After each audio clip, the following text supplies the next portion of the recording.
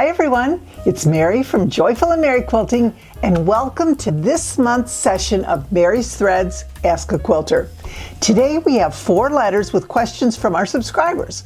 We'll talk about thread storage, whether you really need a walking foot, tips for matching points, this is really important, and making quilting fun when kids are in the sewing room. Now remember, this is a place where we celebrate the way we quilt and say goodbye to the guilt and pressure that too often sneaks into our sewing room. Each one of us brings a different style, different preferences, different experience levels, and our own beautiful quilting personalities to the table. And what's our motto? We love how we quilt, we're done with guilt, and we kindly don't care what others think we should do. Now, again, we're keeping the letters anonymous for privacy. So here's letter number 1. Dear Mary, my thread spools are a mess. I've tried baskets, boxes, and bags, but they always seem to tangle. What is the best storage method? Dear Tangled in Thread, I know exactly what you're talking about. I'm always amazed at how these spools and bobbins can just unwind themselves and twist and turn around each other without a single human hand getting involved. I have a lot of thread and I really try and keep it neat. I really do. And I try and keep it easily accessible as well. My thread storage depends on 2 things: the type of thread and then how often I use it. So I've divided my thread into 4 categories just to give you an idea. First, I have the thread that I use every day, such as my basics, my white, off-white, gray, dark gray, and black. If I'm working on a current project, like right now I'm working on Christmas, so I have red and green, these sit close by. And then, as you can see, I also have, if I've wound a bobbin for that particular spool, I have that sitting next to the thread or the bobbin thread that I use for that particular spool. I just got this container off Amazon. You can find all sorts of thread spools, bins, drawers, all sorts of things to store your thread, whatever works for you, but I like to have this close by my sewing machine. So that's my first one.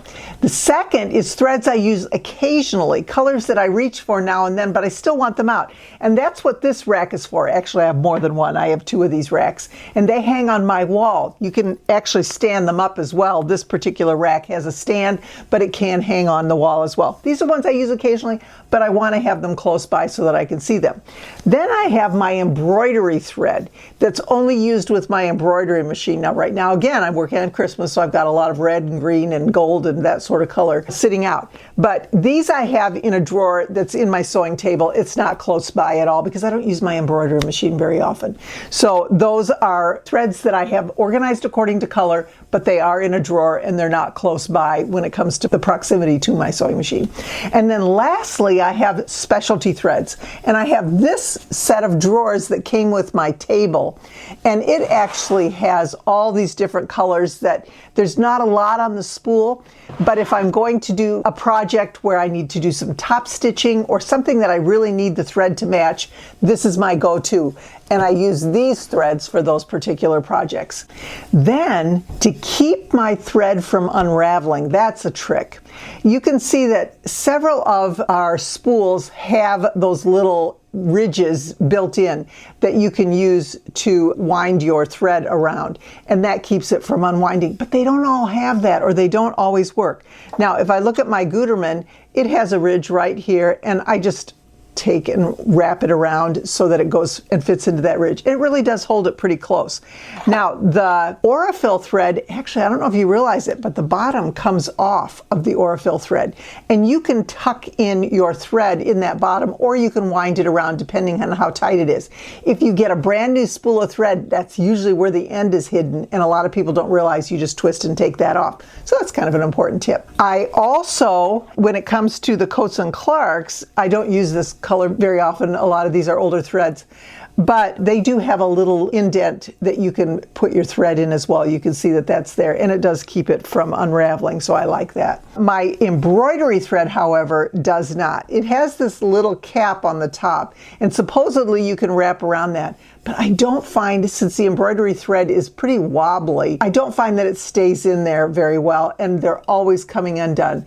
Now, this is a sticky situation here, pun intended, but what I do with that is I will take a pin and I just put the pin in, I stick it right in my thread, and then I wrap the end around the pin. So I will just take it like this and wrap it around,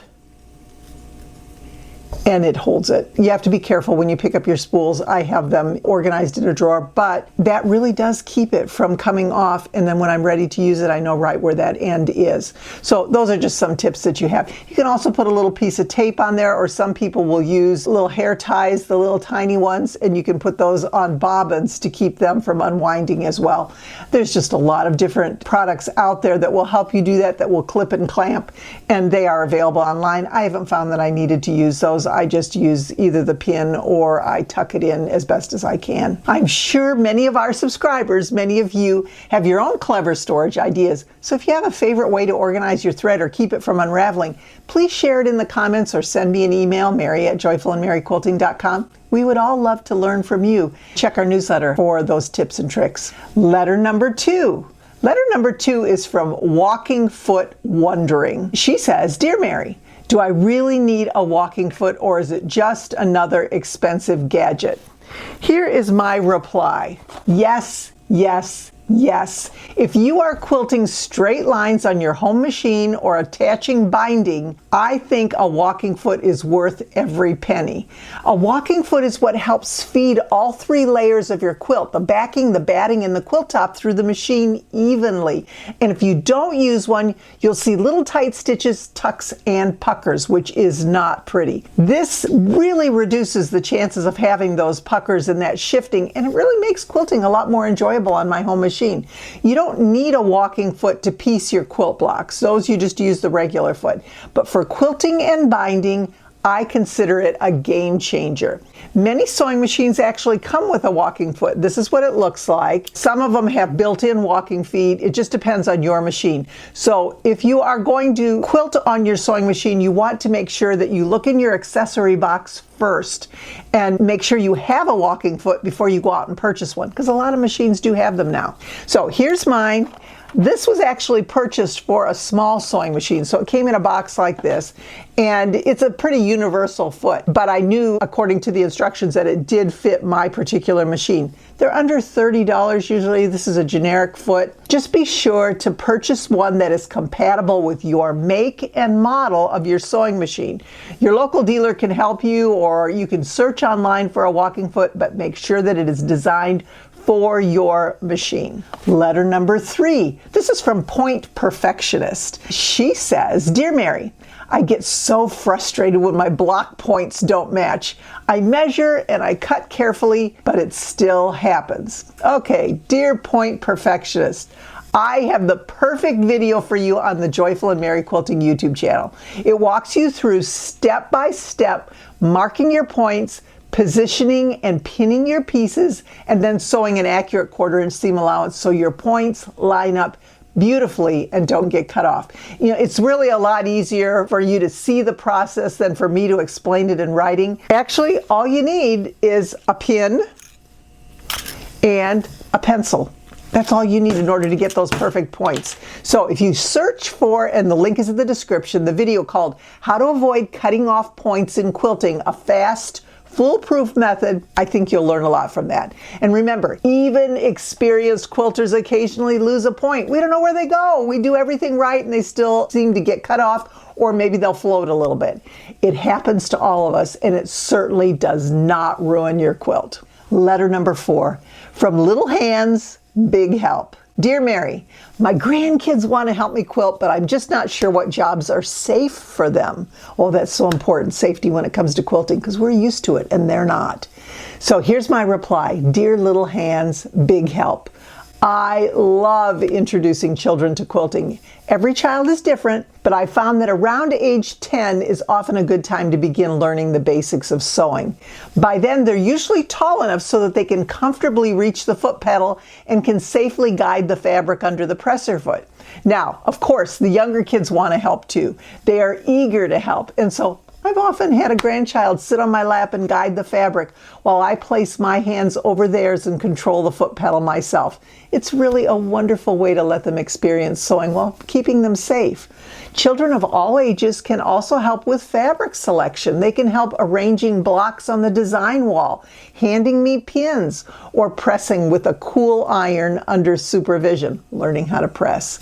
When they're ready to sew on their own, the way I do it is we begin with a sheet of notebook paper. We don't put any thread in the machine, and they simply sew along the printed lines until they can keep a nice straight stitch. We just keep checking those perforations. Once they're comfortable, then we add thread, make sure the 1/4-inch seam allowance is clearly marked on the machine, stack up that tape, and then we practice pinning, sewing simple strips together, and then pressing their seams. There is nothing quite like watching a child beam with pride after completing that first project. So a simple pillow or a small child's quilt makes a wonderful beginner project. Or if they're not ready for a full project, let them simply sew fabric strips together. We had a project where we worked on this particular quilt and the kids just tie-dyed all the different squares. And that was their job. And then I incorporated them into the quilt. So they still had a huge part of creating this quilt. And there is a pattern for that. The link is in the description. With these goals in mind, they are thrilled to be able to complete something on their own. And it's just a really fun way to interact with the children, or especially with family. So that's it for our 4 letters today. By the way, the quilt behind me is called Discovering Stars Among the Scraps. And you can find our workshop in the store on our website, joyfulandmaryquilting.com. If you enjoyed today's session, please click like and subscribe to the Joyful and Mary Quilting YouTube channel so you don't miss a single one. Now, if you have a question, a story, or a comment you'd like to share, please send me an email, mary@joyfulandmaryquilting.com, or leave a comment in this video, and your letter might be featured in a future session.